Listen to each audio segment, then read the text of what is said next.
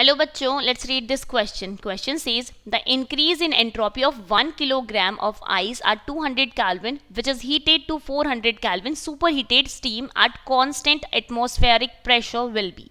So here we have to calculate increase in entropy. So given that Cp of ice, that is heat capacity for ice, is equals to, at constant pressure it is equals to 2.09 multiplied 10 raised to power 3 joule per kilogram degree.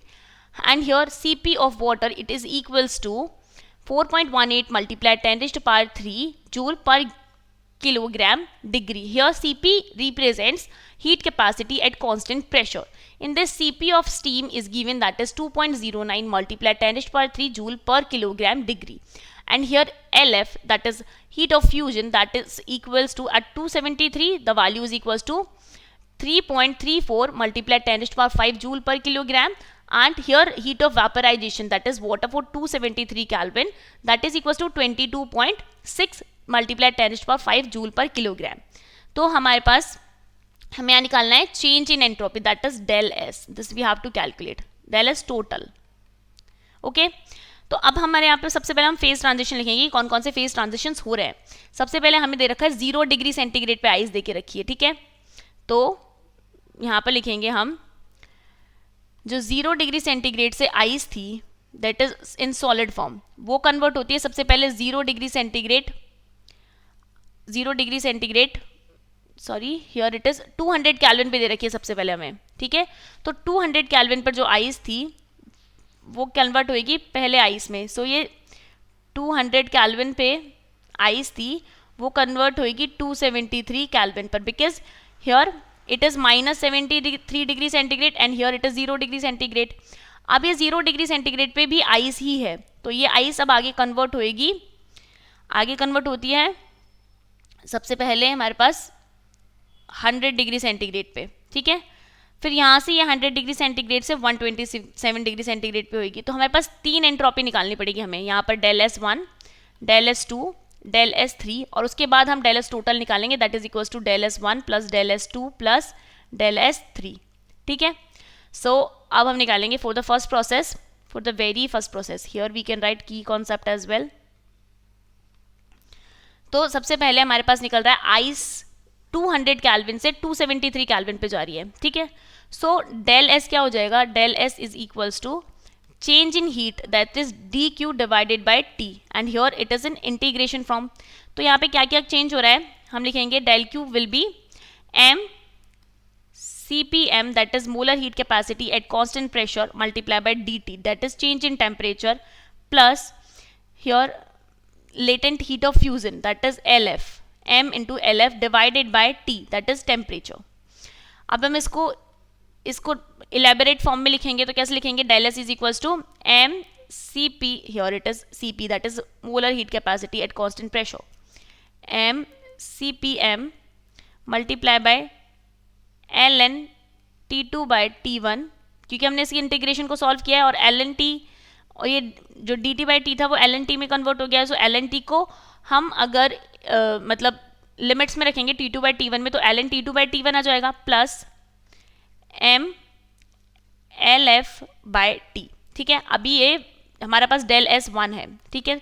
तो del S 1 की values क्या क्या रखेंगे हम, m is mass, that is given as 1 kilogram, 1 multiply by the value of c p m for ice, it is equals to 2.09 multiply 10 raised power 3. अब हमने ये kilogram में क्यों लिखा है, क्योंकि यहाँ पे जो ये वैल्यूज दी हुई है ना वो किलोग्राम डिग्री में दिया हुआ है, multiply by L N T two by T one. So here T two क्या हमारा 273 kelvin divided by T one, that is 200 kelvin, plus M is 1 kilogram multiply by here L F is equals to 3.34 multiply 10 raised to power 5 divided by temperature. So या finally temperature क्या हो गया हमारे पास, fusion के बाद temperature हो रहा है 273, तो हम यहाँ 273 लिख देंगे, ठीक है.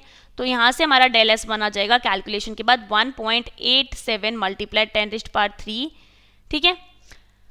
अब हमारे को निकालना है, यहाँ पे वही आएगा जूल पर, वैल्यू हो जाएगी हमारे पास जूल पर किलोग्राम में, जूल पर किलोग्राम में, ये इट इज जूल, ठीक है. अब हम निकालेंगे सेकेंड प्रोसेस के अंदर डेल एस 2. अभी डेल एस 2 कैसे निकालना है, यहाँ पर हमारे पास ये जो आइस है वो 100 डिग्री सेंटीग्रेड में कन्वर्ट हो रहा है 0 डिग्री सेंटीग्रेड से, तो डेल एस निकलेगा वही integration of m c p m d T plus M L v. अब यहाँ पे वेपराइज हो रहा है, सॉलिड से 100 डिग्री सेंटीग्रेड में जा रहा है, ठीक है।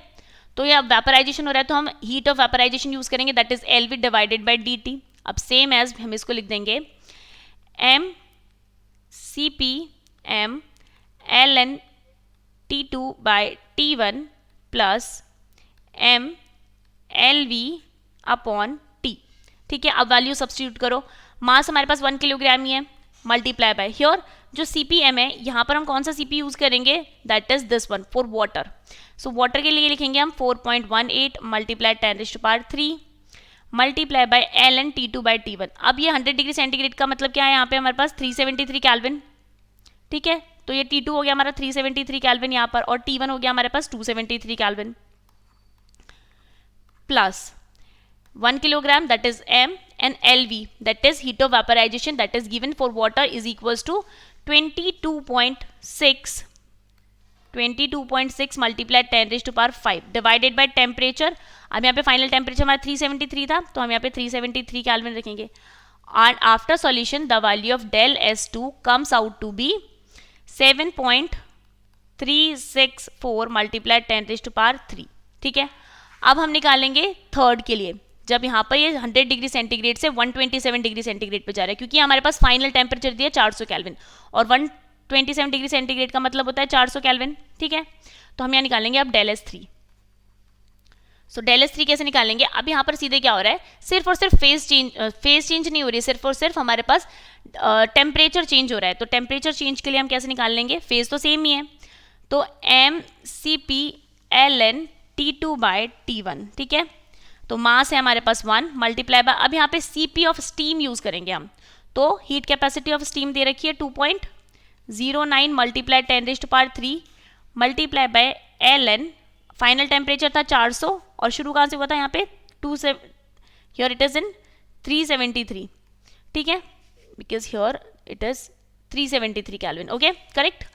तो अब हम यहाँ पर जो हमारा डेल S3 आ जाएगा, कैलकुलेशन के बाद आ जाएगा ये 0.146 मल्टीप्लाई 10⁻³ जूल पर kilogram, here the value is also in joule पर किलोग्राम, ठीक है। अब हमें क्या निकालना है, फाइनल एंट्रोपी। तो हम फाइनल एंट्रोपी कैसे लिखते हैं, del S total that is equals to del S1 plus del S2 plus del S3। So कैसे लिखेंगे, डेल S1 कितना है हमारा, देखिए डेल S1 की वैल्यू आई थी हमारे पास 1.87 मल्टीप्लाई 10⁻³ प्लस डेल S2 की वैल्यू आई थी 7.36, this is 7.36 multiply 10⁻³ multiply del S3 की वैल्यू कितनी आई हमारे पास, डेल S3 की 0.146 मल्टीप्लाई 10⁻³। अब ये वैल्यूज हम कैलकुलेट करेंगे, तो जूल के अंदर जो वैल्यू आएगी del S total, this value comes out to be 9390 joule per kilogram. So this will be our final increase in entropy, or we can say change in entropy for 1 kilogram of ice at 200 Kelvin, which is heated to 400 Kelvin. Hope you understood it well. All the best and thank you.